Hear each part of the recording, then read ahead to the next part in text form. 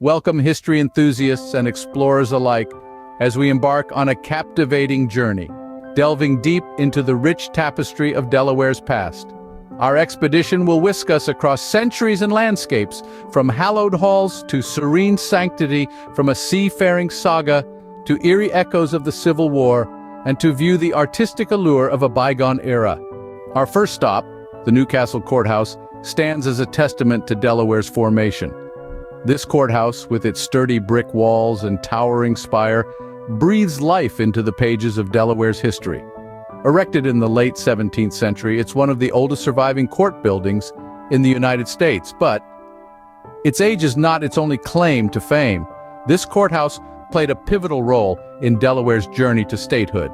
It was here, in the year 1776, that the state's independence from British and Pennsylvanian rule was first declared.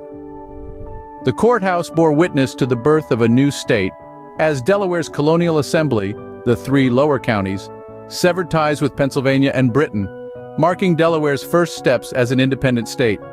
Architecturally, the Newcastle Courthouse is a marvel of colonial design, its Georgian style reflecting the tastes and influences of the era. Its red brick facade, crowned by a white wooden cupola, presents a striking contrast against the Delaware sky. Inside, the courtroom, with its raised judge's bench and spectator galleries, harks back to a time when justice was meted out before a public audience. The courthouse's history is not confined to these walls. Beneath its structure lies a tunnel, part of the Underground Railroad, a network of secret routes used by African-American slaves to escape to free states in Canada in the 19th century. This courthouse, a symbol of Delaware's statehood, also stands as a beacon of hope and freedom. While the courthouse has undergone several restorations, it preserves its historical authenticity. Today it serves as a museum, showcasing Delaware's rich history, a silent observer of its journey from a British colony to a proud, independent state. As we leave the Newcastle Courthouse, we journey next to a church steeped in history. Welcome to the Old Swedes Church, a beacon of history and community in Delaware. Founded in the late 17th century, this architectural gem is one of the oldest churches in the United States that's still in use today. Its age alone speaks volumes about its endurance and the historical significance it holds within the local community. The Old Swedes Church, or Holy Trinity Church as it's officially known, displays the craftsmanship and architectural prowess of its time. Built by Swedish settlers, the church showcases a unique fusion of styles. Its thick, sturdy walls, made from local blue granite, and its steeply pitched roof are distinctive characteristics of traditional Swedish architecture. Yet the church also boasts elements of English influence, evident in its Gothic arches and the intricate woodwork inside.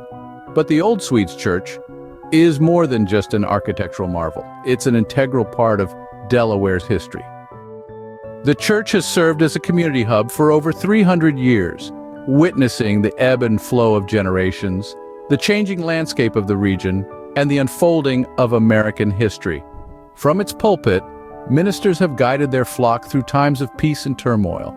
Within its hallowed walls, countless stories have been written, tales of love, faith, hardship, and resilience. Its cemetery, the final resting place of many early settlers, is a poignant reminder of the lives that have shaped the community. Yet the church isn't stuck in the past. It continues to serve its community, hosting regular services and acting as a gathering place for various events. It's a living legacy of the early settlers and their contribution to the region's history. In the heart of Wilmington, the Old Swedes Church stands as a silent observer, a storyteller, a keeper of secrets, and a symbol of the enduring spirit of the community. It's a tangible link to our past and a reminder of our roots. From this sacred sanctuary, we set sail to our next destination, the Kalmar Nyckel, a vessel of exploration and discovery. In the archive of maritime history, few ships have carried as much significance to the state of Delaware as the Kalmar Nyckel. The Swedish ship, built in the early 17th century, was a beacon of exploration, embarking on an ambitious voyage across the Atlantic Ocean, its destination, the New World. The Kalmar Nyckel was not merely a vessel for travel, but a vehicle for dreams, carrying settlers eager to carve out a new life in uncharted lands. It was this ship that brought the first European settlers to the shores of Delaware, forever shaping the state's future. The original ship may be long gone, but its legacy lives on. A faithful replica of the Kalmar Nyckel was constructed in the late 20th century, with the state's commitment to preserving its rich maritime history. This modern incarnation was built using traditional methods, a painstaking process that took over a decade to complete. Today, the replica of the Kalmar Nyckel serves as a floating classroom, providing a hands-on history lesson to all who step aboard. It's more than just a ship. It's a living, breathing piece of history, a link to Delaware's past. The Kalmar Nyckel's voyages were instrumental in shaping Delaware, but its impact extends beyond the state's borders. It's a symbol of the age of exploration, a reminder of the courage and tenacity of those early settlers who dared to venture into the unknown. So as we stand on the deck of this magnificent vessel, we're not just standing on a ship, we're standing on a piece of history, a voyage of human curiosity and the spirit of adventure. The ship that sailed into the unknown and charted a new course for the future. Leaving the waves behind, our journey takes us next to a fortress laden with tales of war and ghosts. Prepare for a chilling encounter at Fort Delaware, a relic of the Civil War era. Immersed in the waters of the Delaware River, Fort Delaware stands as a solemn reminder of the nation's turbulent past. Constructed in 1859, this imposing fortress played a pivotal role during the Civil War, serving both as a defensive stronghold and as a chilling prison for Confederate captives.